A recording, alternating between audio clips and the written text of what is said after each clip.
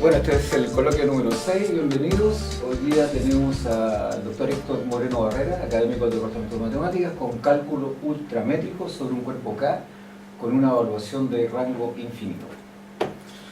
Muchas gracias por la invitación. Lo que les voy a contar hoy día es parte de lo que fue mi tesis doctoral, ¿ya? Esto del cuerpo K partió hace más de 30 años. Con un artículo del profesor Hans Keller, ¿ya? En el cual él construyó un espacio, entre comillas, tipo Hilbert, sobre este cuerpo que satisface el teorema de proyección ortogonal, ¿ya? Pero la versión algebraica, ¿ya? Entonces sobre ese espacio se estudiaron muchas cosas, por ejemplo teoría de operadores, todo en el ámbito del análisis funcional, ¿ya? Entonces surgió la duda, ¿qué pasaba en el aspecto de cálculo, el aspecto de análisis sobre este cuerpo, ¿ya? Dado que este cuerpo yo lo puedo dotar con una topología, ¿ya? Que es ultrametrizable, y además esa topología también proviene de un orden en el cuerpo K, y además proviene de una evaluación de rango infinito. Bueno, ¿a qué nos referimos con el rango? ¿Ya? Entonces primero vamos a empezar considerando G un grupo abeliano, ¿ya? Entonces diremos que G es linealmente ordenado si para todo tripleta de elementos en G, X menor o igual que Y implica XZ menor o igual que YZ. Es decir, me respeta el orden, la multiplicación me respeta el orden del grupo, ¿ya? Y vamos a decir que un subgrupo de H de G va a ser convexo si en el fondo es como un intervalo, ¿ya? ¿Qué quiere decir esto? Que para todo G en G y H en H, si G está entre medio de H y su inverso, entonces G va a estar en H, ¿ya? Eso da la idea de que los subgrupos de un subgrupo convexo de un grupo G son nada más que intervalos, entre comillas, dentro del grupo G, ¿ya?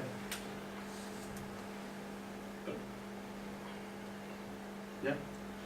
Entonces, bueno, ¿qué hacemos con esto? Entonces vamos a considerar que un grupo linealmente ordenado y L un cuerpo. Entonces vamos a definir una evaluación de Krull como una aplicación de biyectiva de G a G unión de elemento 0, que cumple lo primero, que la evaluación de X es igual a 0 si solo si es 0, que la multiplicación, la evaluación de la multiplicación es la multiplicación de las evaluaciones, y lo otro es que cumple esa igualdad triangular fuerte, ¿ya? Con la convención de que 0 es un menor elemento juntado G, con esa convención, perdón, que 0 es un elemento minimal, cumpliendo con esa restricción, o sea, con esa condición, perdón. Bueno, ¿y a qué le llamamos el rango de la evaluación? Porque se llama de rango finito. En el fondo lo que dice, por ejemplo, las evaluaciones que van cuando G es un subgrupo de R, eso nosotros le llamamos de rango 1, porque el único subgrupo convexo distinto de la entidad es el mismo grupo, ¿ya? Y vamos a decir que el rango finito se contiene una cantidad infinita de estos subgrupos convexos, ¿ya?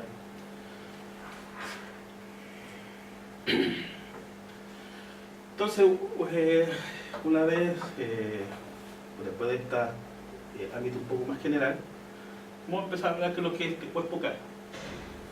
Entonces primero vamos a partir considerando el cuerpo de los números reales, F0 con los reales con el orden usual, y vamos a considerar un conjunto de numerales de variables. Entonces vamos a construir recursivamente para n mayor o igual que 1, fn igual fn menos 1 apuntado a una variable xn, ¿ya? Y vamos a considerar f infinito como la unión de todos esos fn. En el fondo es r apuntado a una cantidad numerales de variables. Y bueno, ¿cómo podemos ordenar este conjunto infinito? ¿Ya? Primero ordenamos los polinomios, ¿ya? Esos polinomios yo los puedo escribir de esta forma, ¿ya? En la variable xn, pero con coeficiente en el anterior, ¿ya? En en el Fn-1 anterior. Entonces vamos a decir que es positivo en Fn si el coeficiente de más grande es positivo en el anterior. Es un orden recursivo. ¿Ya? Por ejemplo, solamente, como dije, solamente me basta ver el coeficiente del mononomio más grande, si es positivo o no. ¿Ya?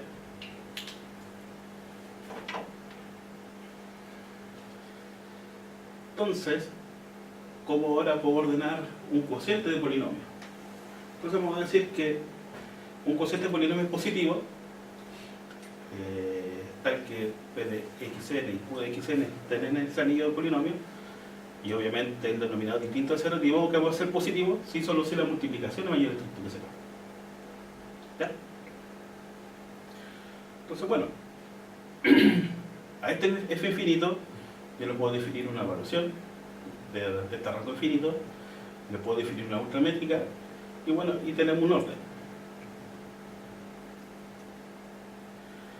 Entonces, tenemos que este Fn tiende el orden de cada uno de este Fn menos 1. Entonces, una prueba directa es que este F infinito entonces es un cuerpo ordenado. Más aún, este orden no arquimediano, perdón. ¿Qué quiere decir eso? Quiere decir eso que los naturales es un conjunto acotado. De hecho, lo real es un conjunto acotado. ¿Por qué cosa? Porque el real yo lo puedo acotar superiormente por x1 y lo puedo acotar inferiormente por menos x1. ¿Ya? Entonces esa propiedad me da cosas un poco extrañas dentro de este cuerpo. ¿Ya? Que más adelante lo vamos a ver. Entonces, como usual, definimos el valor absoluto. ¿Ya? Y entonces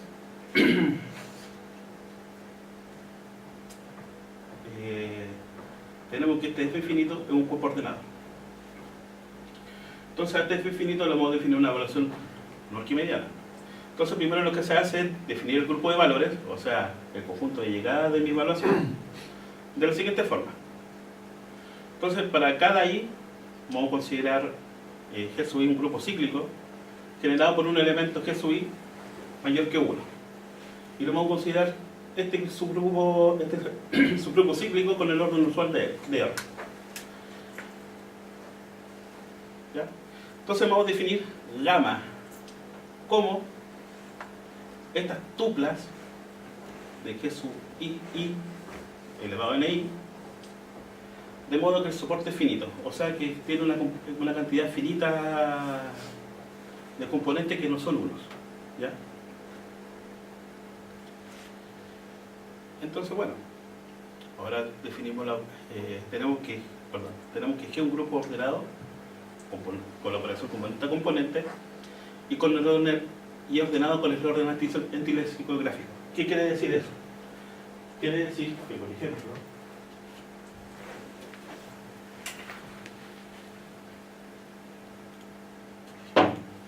si yo tengo, por ejemplo, un elemento G sub 1, G sub 2 a la menos 1, G sub 3, 1, etcétera, etcétera, tengo G sub 1 cuadrado, G sub 1, 1. En el fondo lo primero que voy a comparar es, por ejemplo, son los mayores, lo que se hace es comparar el elemento más grande, el i más grande, donde no se hace 1, y lo comparo con su correspondiente. Entonces en este caso, este elemento es mayor que este. ¿Ya? En el fondo es comparar de atrás hacia adelante.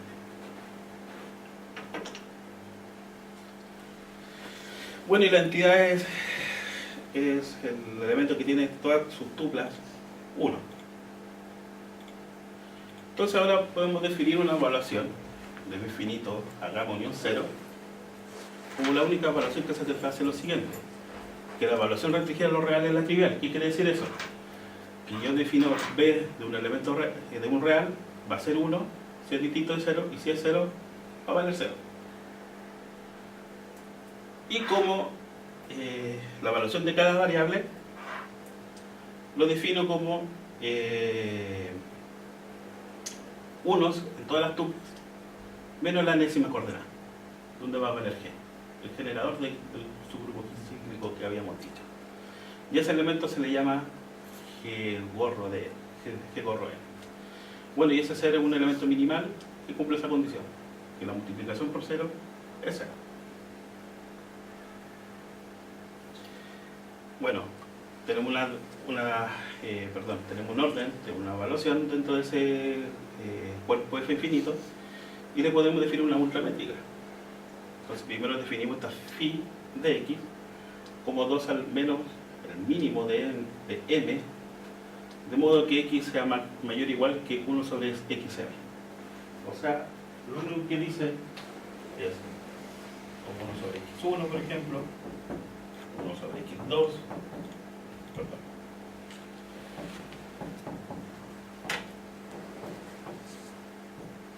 Entonces el elemento está acá del cuerpo.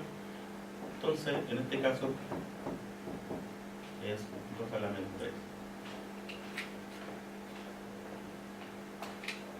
¿Ya? De aquí en adelante no me importa mucho. De aquí, por ejemplo, del 1 adelante, el phi sub x valen 1.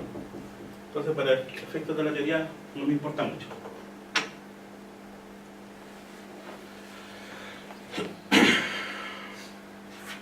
Ya, obviamente si equivale es distinto a 0. ¿Ya? Entonces, de forma directa, uno puede probar que esta función de, o sea, phi del módulo de la diferencia, es una ultramétrica en ese cuerpo F infinito. Entonces, bueno, tengo una ultramétrica, ¿ya?, en este cuerpo. Entonces yo tengo derecho a considerar la completación por sucesiones de Cauchy de ese cuerpo. Entonces, llamamos K esa completación y tau va a ser la topología. Vamos a denotar la topología inducida por esa ultramétrica. Bueno, ¿qué es lo que tengo? Tengo que el orden que habíamos definido en F infinito, la evaluación también, y esa ultramétrica definen la misma topología en F infinito. Más aún, esas tres cosas definen las mismas soluciones de Cauchy. Tienen las mismas soluciones de Cauchy, más que nada por un tema de uniformidades. ¿Ya? Entonces, yo puedo extender la evaluación de F infinito acá, del siguiente modo.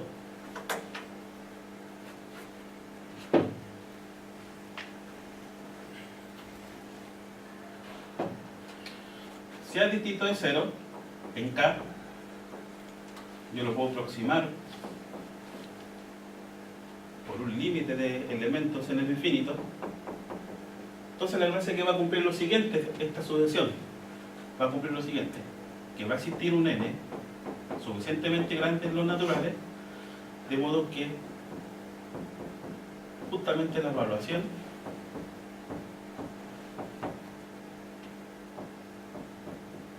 se van estancando. De un punto en adelante las evaluaciones van a valer lo mismo. Eso por un tema de desigualdades triangulares. Entonces uno puede definir, puede extender la evaluación de lo infinito acá como justamente ese valor. ¿Ya? Y el grupo de valores no va a cambiar, va a seguir siendo el mismo gamma. ¿Ya? Y de forma usual, uno puede extender el orden de F infinito a todo K, y tengo justamente que K con ese orden es un cuerpo ordenado completo. ¿Ya? ¿Y qué es lo que tengo? Tengo que, al igual que el F infinito, las topologías generadas por la evaluación y por el orden van a coincidir justamente con la topología generada por esa ultramétrica D. Entonces, ¿qué es lo que tengo? Tengo un cuerpo con una topología que he ordenado. La topología proviene de una ultramétrica y además proviene de una evaluación de rango infinito. Entonces, como es completo todo esto, uno se pregunta cómo puede ser el cálculo acá. ¿Ya? Entonces, algunas propiedades de K, que un cuerpo topológico, obviamente, con esa operación, y además no es localmente compacto, por la sencilla razón de que la bola unitaria, o sea,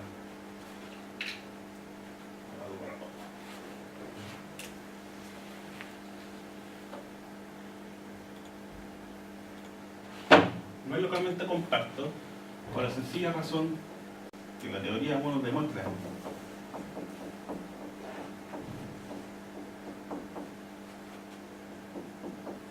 este conjunto no es compacto. Y si uno define la bola abierta, entre comillas, como lo que en K, para que las evaluaciones de X en menor estricto que 1, perdón, uno lo que puede demostrar que este es un anillo y esto es un ideal maximal. De hecho, es su único ideal maximal. Así que, por lo tanto, este es un cuerpo y este es isomorfo a R. ¿Qué quiere decir eso? Que puedo tomar un conjunto de representantes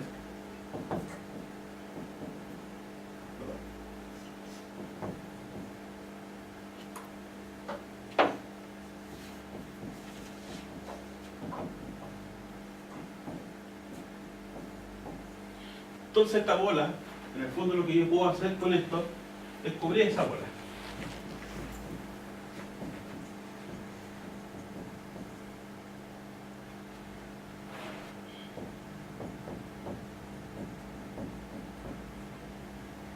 Y es un cubrimiento de esa bola que no tiene su cubrimiento finito. ¿Ya? ¿Por qué? Porque todas estas cargas son distintas. Te hago una pregunta de ¿Sí? ignorancia. Estamos en dimensión infinita. ¿Cómo es que, ¿a qué se refiere dimensión infinita? A ver, estamos hablando de espacio, ¿no? No, estamos hablando de un cuerpo, hermano, solamente cuerpo. Ah, Solamente un un cuerpo que es una topología, y yo digo que justamente eso es un cubrimiento de esta bola, Sí, sí, correcto. ¿ya? Y del cual no tiene un cubrimiento finito. Entonces la teoría me dice que si este conjunto no es compacto, entonces por ponerlo realmente compacto. ¿Ya? Eso es lo que dice la teoría general. ¿Ya? Solamente estamos hablando de cuerpo y estamos hablando de cómo se comporta el cálculo en este cuerpo, nada más.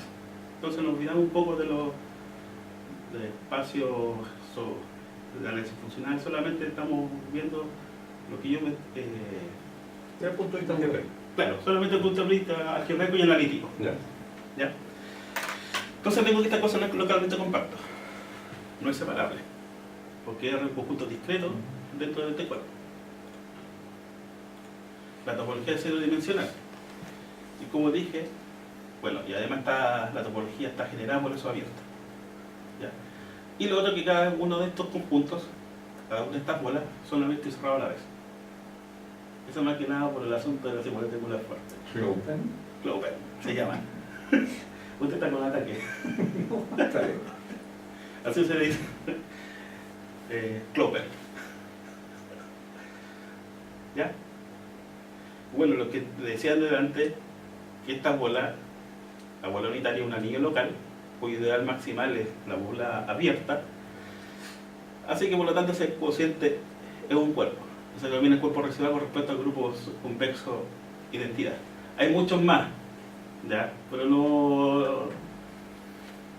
no viene al caso en este momento. ¿Ya? Entonces, vamos a un ejemplo de cómo se comporta el cálculo acá. Es un poco raro. No se satisface el teorema del valor intermedio. ¿Ya? ¿Por qué? Yo puedo tomar una función, la función f de x igual a x cuadrado, del intervalo 0,1 en k hasta el mismo cuerpo. ¿Ya? Entonces continua, uno puede probar, usualmente es continua, que f de 0 es menor estricto que 1 sobre x1 y menor estricto que f de 1, pero sin embargo x1 no es un cuadrado. Así que por lo tanto, no existe ningún valor que me dé dentro del intervalo 0,1 que me dé 1 sobre x1. De hecho, no existe ningún valor en k hasta que el cuadrado sea 1 sobre x1. Eso es imposible. ¿Ya? Lo otro, puedo encontrar una función continua y acotada en el intervalo, pero que no tenga ni máximo ni mínimo. ¿Cómo? Vamos a considerar J la misma bolita que yo tenía ahí. Entonces, yo considero el cuerpo residual que habíamos dicho, ¿ya? Tomo justamente una clase de representante, considerando cada elemento como un real, Y defino ahora esta función del intervalo cerrado x menos x1 a x1 de k va a valer a si justamente este z pertenece a una de estas clases, y va a valer 0 en cualquier otra. Entonces tenemos que acotar dentro del cuerpo, es continua, se puede probar que es continua, porque es una función, lo que se llama una función localmente constante, pero no tiene el máximo ni mínimo, porque lo real no tiene ni máximo ni mínimo. ¿Ya? Bueno, ¿qué otras cosas más sorpresivas se pueden encontrar? No se satisface el teorema de la función inversa en su versión clásica, un típico de cálculo 1. ¿Ya? Bueno, para cada n en los naturales vamos a considerar estas bolas. ¿Ya? Entonces se tiene que son abierto y cerrado por lo que acabo de decir. Son disjuntos, se puede probar eso. ¿Ya? Pero si definimos f de z, ¿cómo se llama? Si definimos f de z de esta manera, lo que uno puede probar que f diferenciable no es inyectivo en ninguna vecinal de 0, pero sin embargo tiene derivas constantes mayores distas que 0.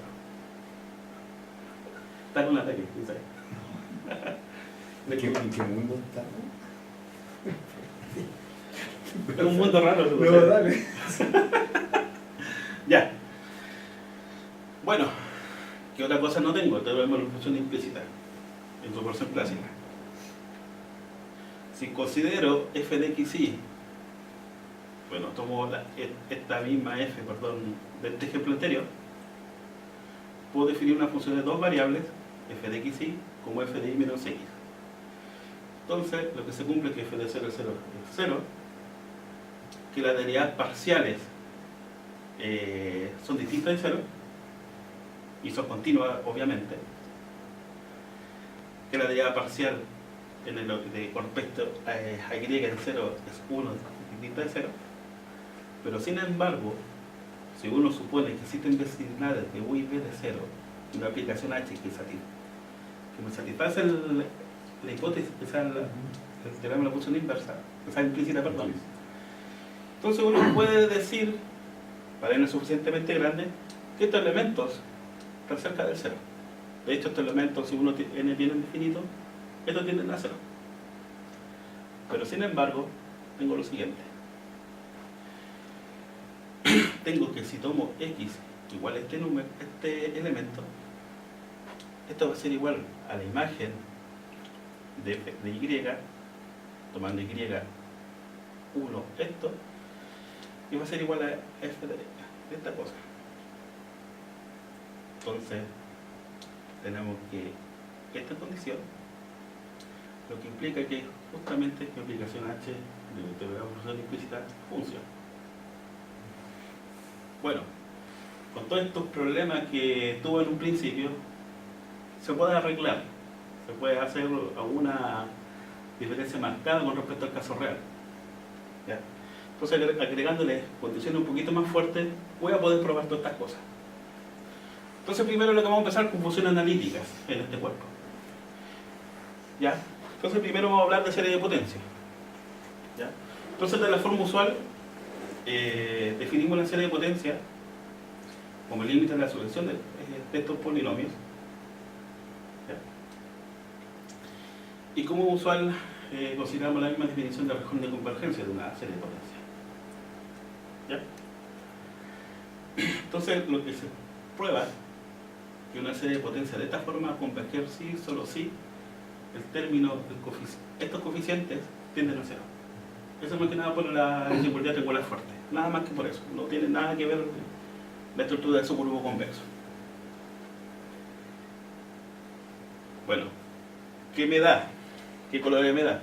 Me da que los radios de convergencia de esta serie, o bien todo el cuerpo, o bien es un punto, no tengo cosa intermedia. Así de drástico esta cosa. Y lo otro que cada estas series converge uniformemente en cada bola. ¿Ya? La convergencia es uniforme en cada bola. ¿Qué más tengo? Ah, ya. Entonces, estos son como lo dicen algunos que me decían Miriam una vez, este es el sueño del estudiante, cuando en cálculo 2 a uno cuando le pide que pruebe que la serie converge, solamente prueba que el término, los coeficientes tienden a cero, nada más. Bueno, entonces de la fórmula usual también definimos una función analítica. Entonces vamos a decir que una función es analítica en un abierto. Se siente coeficientes a 0, una solución de coeficientes a 0, a 1, etc. Y un elemento u en ese abierto, de modo que la serie se escribe de esa forma. ¿Y qué es lo que tengo? Gracias a esto, tengo que la continuación analítica es trivial. O sea, no hay mucho que decir de eso. Y lo otro que también se puede probar, que para que sea analítica, solamente me basta ver que existe el coeficiente, una sucesión de coeficientes en K, tales que el f de z se puede escribir de esa forma. ¿Ya? Lo puedo ubicar solamente en el cero. Solamente puedo centrarme en el cero. No me basta centrarme en un elemento tanto del cuerpo. Y eso otro es por los radioconvergencias, ¿no? O sea, que era un punto de la torre. exactamente. Okay. Eso es más que nada, es por eso, y además es por otro resultado, que no lo mencioné acá. Y uno también puede probar un poco más, un trabajo más laborioso que la composición de la analítica analítica. Es un poquito más detallista. Bueno, ¿qué es lo que pasa? Contrario al caso complejo de que si tengo una función analítica que no es cero en una región, 1 sobre f también es analítica, pero en este caso no ocurre, porque si considera esa función analítica, uno puede probar que 1 sobre f no es analítica. No puedo encontrar una serie que 1 sobre f no la puedo escribir de esta forma, como una serie de potencias. Los coeficientes no convergen a cero. Bueno, también tengo un principio del máximo, el principio del máximo usual. Ya estamos por la demostración un poquito más compleja. ¿Ya? ¿Qué quiere decir? Que, bueno, esto es con respecto a la evaluación. ¿Ya? Con respecto al orden, está en estudio todavía. ¿Ya? Que dice que el máximo de las evaluaciones, dentro de una bola, se alcanza la frontera. Y ese máximo, el máximo de las evaluaciones de los coeficientes por R a N. Los de R obviamente el radio de la bola. Y como corolario de esto, se tiene que si tengo F una función analítica o entera, si uno la considera dentro de todo K, entonces si tengo que es acotada, mi función va a ser constante. ¿Ya? De hecho, la demostración de este es mucho más sencilla. Bueno, lo otro que también, ¿qué sucede? Que la demostración también es bastante distante del caso complejo. Aquí lo que se ocupa son lo que había llamado se ocupa algo que se llama el cupos residuales. ¿Ya? Entonces lo que dice es que los ceros de una función analítica no se pueden acumular dentro de un disco. De hecho, dentro de todo el cuerpo puedo tener una función analítica con una cantidad numerales de puntos, pero eso tiene que estar demasiado lejos de cada uno. Esa asociación no tiene que converger. ¿La original, la ZK? No tiene que converger. Libre, no. Una asociación libre. Claro, es una asociación libre. Lo que pasa es que si yo considero esta, lo que puede probar uno que tiene una subsolución convergente. Eso sí es lo que yo puedo probar. ¿Ya? Y de ahí viene que la... Correcto. Digo que necesito un límite, ¿no? Claro, necesito un límite. Claro. Pero eso más que nada me lo da la estructura, estructura del supremo convexo. Sí, sale ya. ¿Ah? Sale ya. Sí, sale de llama. ¿Ya?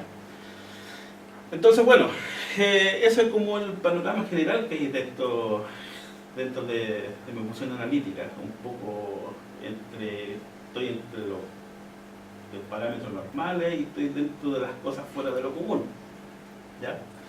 Entonces, para poder arreglar un poco los casos que le habías dicho, los ejemplos raros que le había dicho anteriormente, lo que uno necesita definiciones más fuertes de funciones seguras. ¿Ya? Entonces, vamos a pasar a este tema.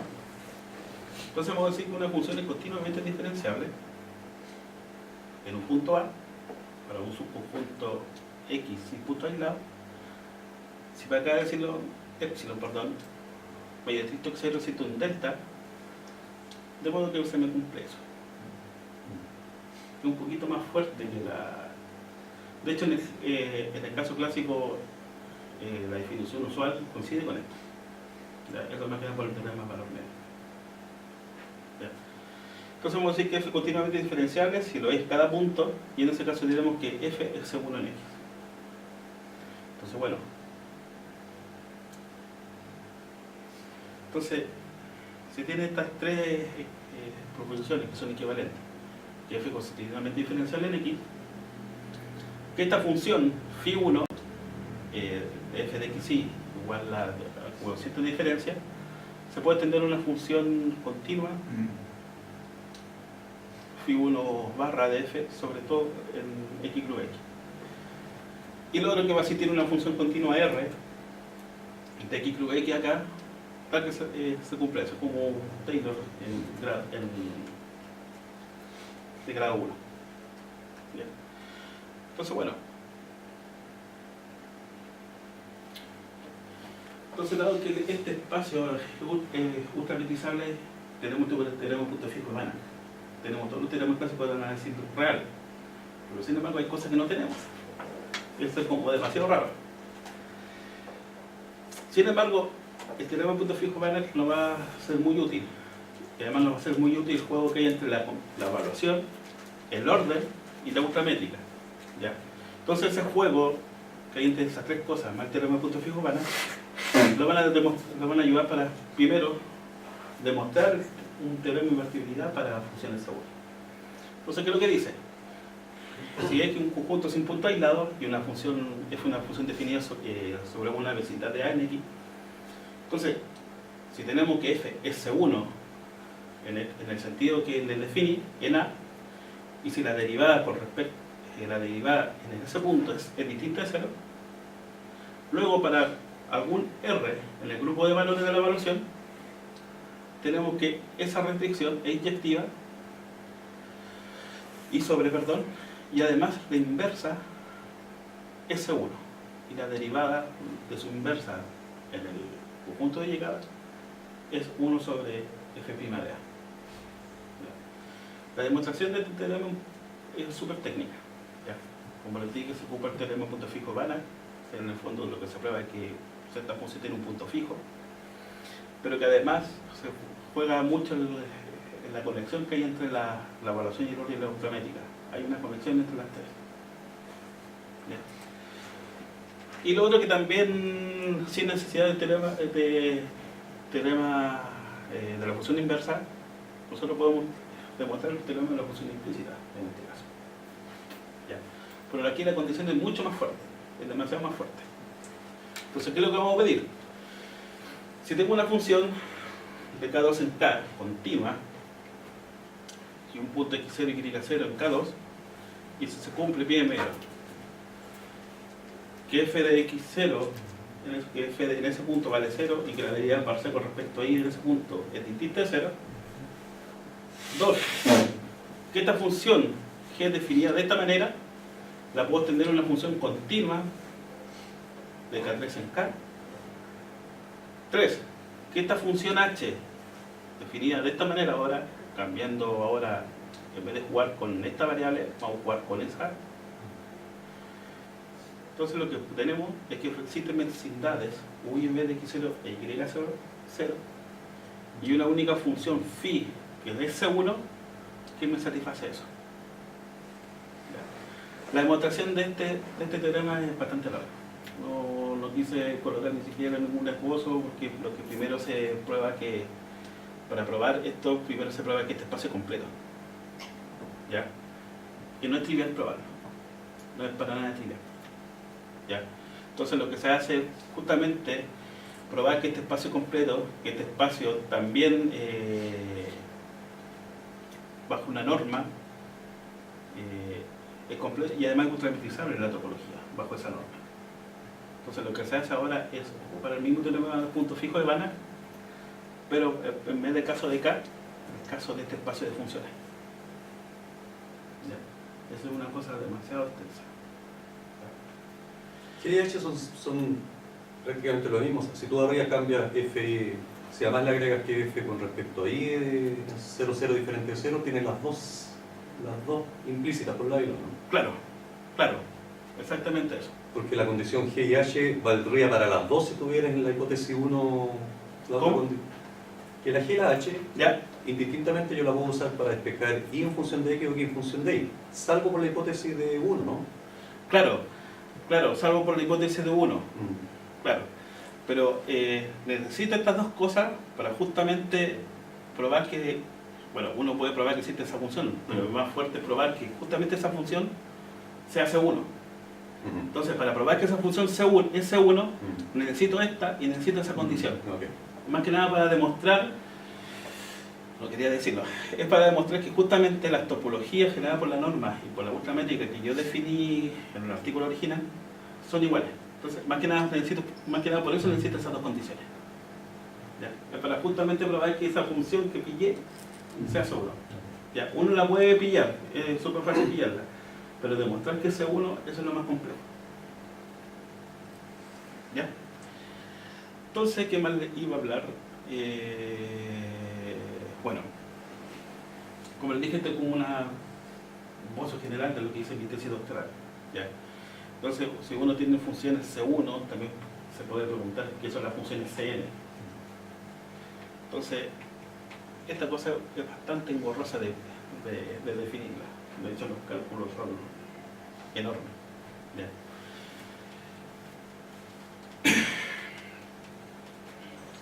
Entonces vamos a definir nabla n de x como la n tuplas en x a la n para un conjunto x cualquiera, de modo que si x es distinto de j, entonces todas sus componentes son distintas. Entonces, para una función f de este mismo x acá, definimos como phi n de f de esta forma recursiva. ¿Ya? En el fondo, lo primero que hago es calcular phi 1, después calculo phi 2 en función de phi 1 y así sucesivamente. ¿Ya? Entonces vamos a decir que f es una función Cn en x, si justamente esa phi n se puede extender a una función continua de x a la n menos 1 en k. ¿Ya? Entonces lo que, para terminar, en esta ocasión, lo que uno puede probar, bueno, si uno probó el teorema de la función inversa en la función C1, ¿por qué no se puede hacer en la función Cn? Entonces primero lo que vamos a decir, un par de afirmaciones previas. ¿Ya? Que phi n es una función lineal, phi n es una función simétrica de n más un variable, que significa que es invariante bajo permutaciones. ¿Ya? O sea, y lo otro es que tengo una especie de la derivada de la multiplicación. ¿Ya? Estas cosas se pueden demostrar por inducción, son bastante engorrosas, pero no son difíciles de probar. Y esto es lo que me permite probar estas cosas. Justamente el conjunto de las funciones Cn está constituido dentro del Cn de 1, y que si tengo una función Cn, entonces n veces diferenciable y la derivada vale eso. ¿Ya?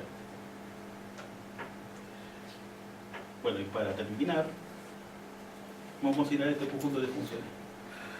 Entonces, para una función inyectiva y para G su inversa, vamos a considerar Sn conjunto formado por todas estas funciones phi n.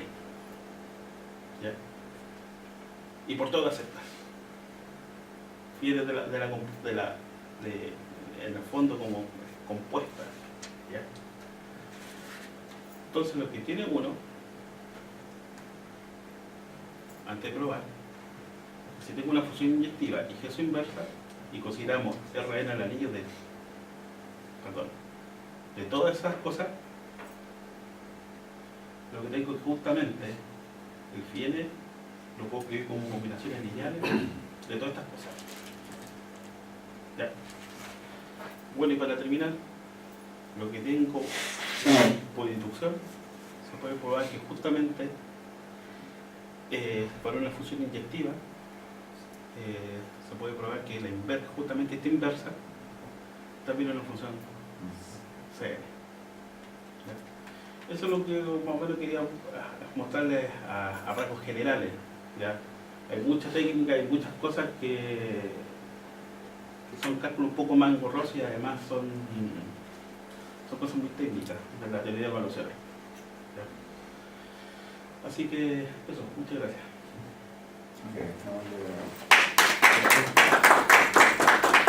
Preguntas, consultas, comentarios.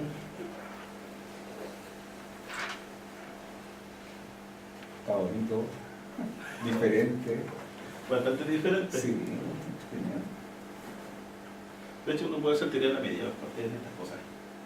Me da la impresión de que puedo hacer cualquier cosa. Sí, pero lo que pasa es que la teoría de la medida aquí sí que es diferente. Al contrario, por ejemplo, de los reales, uno en los reales... Pero tú puedes hacer geometría diferencial con esto sin problema. Sí, sí, sí. De hecho, hay una profesora de la Universidad de Múnich que está trabajando en sistemas dinámicos sobre estas cosas. De hecho, ella me dio una idea de trabajarlo y a punto fijo con respecto a estas funciones CR.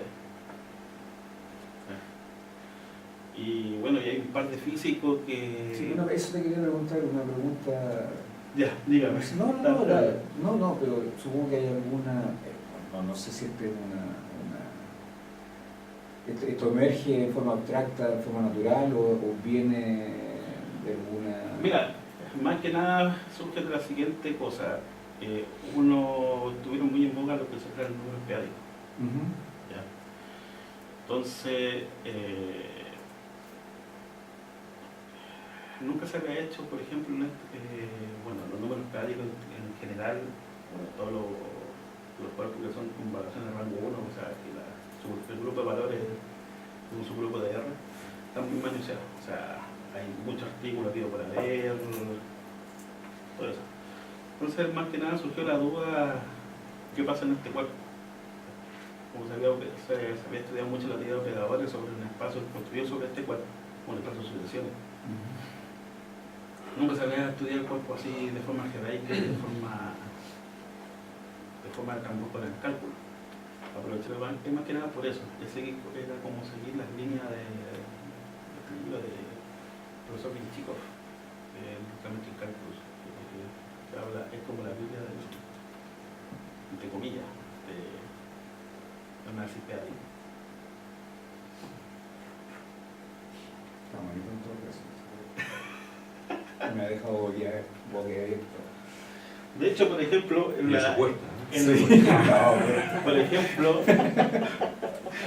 por ejemplo, la teoría de la medida, por lo que hice en un artículo, no sé si llegaron a escuchar el cuerpo de Levi-Civita.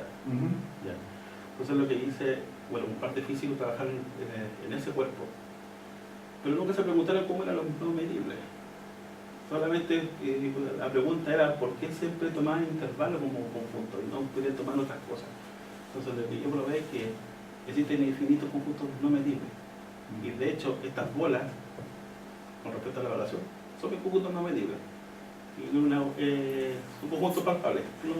No es como por ejemplo en el caso de los reales uno tiene que construir con el axioma de elección. Entonces, por ejemplo, en el caso de Levi-Civita, si uno considera la evaluación que va a los reales, uno puede probar que justamente esa bola unitaria, con respecto a la evaluación, es no medible. No le puedo asignar... Bueno, y el último trabajo que estoy haciendo, que lo estoy corrigiendo, es que si tengo un cuerpo ordenado arquimedianamente, y tengo una función que entre comillas es una medida, acá en estas bolas yo no le puedo asignar un valor. ¿Por qué entre comillas una medida le faltan algunas condiciones a esa medida? No, porque lo que pasa es que solamente tomo una función que cumple por ejemplo, que los intervalos, el largo del intervalo. ¿Ya? Ni siquiera defino lo que es un conjunto medible, porque si tengo una función de esa característica, yo no le puedo asignar un valor positivo a esa cosa. Bueno, tiene alto trabajo. No, sí, ahí está. Bueno, agradezcámosle a Héctor de nuevo. Gracias.